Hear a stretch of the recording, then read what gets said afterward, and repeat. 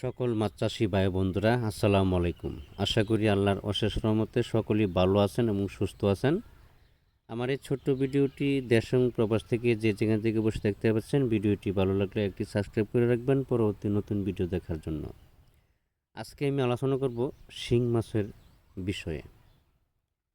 যারা শিং মাছ চাষ করবেন বা করতেছেন বা সংগ্রহ করবেন, শিং মাছ সংগ্রহ করার আগে কিছু কিছু টিপস আপনাদেরকে মেনে চলতে হবে।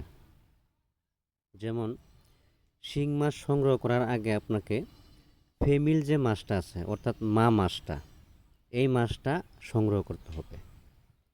মেল মাছটা আপনার দেখা যাচ্ছে যে 100%-এর ভিতরে আপনার 90% ফেমিল মাছ সংগ্রহ করতে হবে এবং কি 10% মেল মাছ সংগ্রহ করতে হবে। এই হলো 100%।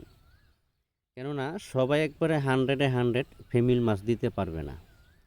আপনার এই মাছগুলো চিনে বা বুঝে যাচাই বাছাই করে মাছের পোনাগুলো সংগ্রহ করতে হবে এবং কি বিশ্বাসযোগ্যতার মাধ্যমে যদি কেউ পরিচিত থেকে থাকে তার মাধ্যমে আপনি সংগ্রহ করতে পারবেন।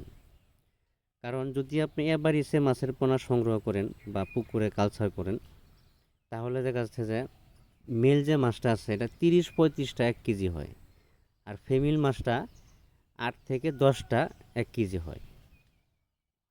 আপনি এই মাছের পোনাগুলো চিনে ভালো করে যাচাই বাছাই করে এই মাছের পোনাগুলো সংগ্রহ করতে হবে। শিং মাছের মধ্যে ভালো যদি চিনে বুঝে শুনে সংগ্রহ করতে পারেন বা কালচার করতে পারেন, তাহলে প্রচণ্ড লাভবান হতে পারবেন। আর যদি আপনি ওইভাবে সংগ্রহ করেন তাহলে আপনার বেশি একটা লাভের সংখ্যা দেখা যাবে না।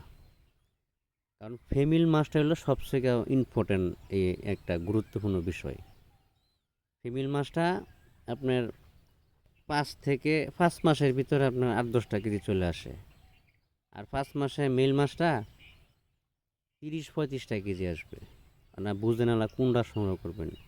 যত আদার্স যত প্রকার মাছ আছে দেখবেন যে ফিমেল মাছটা ছোট থাকে, মেল মাছটা বড় থাকে, কিন্তু শিং মাছের ক্ষেত্রে পুরোটাই আলাদা। এই জন্য একটু ভেবেচিন্তে যাচাই বাছাই করে মাছের পোনাগুলো সংগ্রহ করবেন। আজকে এ পর্যন্তই। সকলে ভালো থাকবেন। কথা হবে পরবর্তী ভিডিও।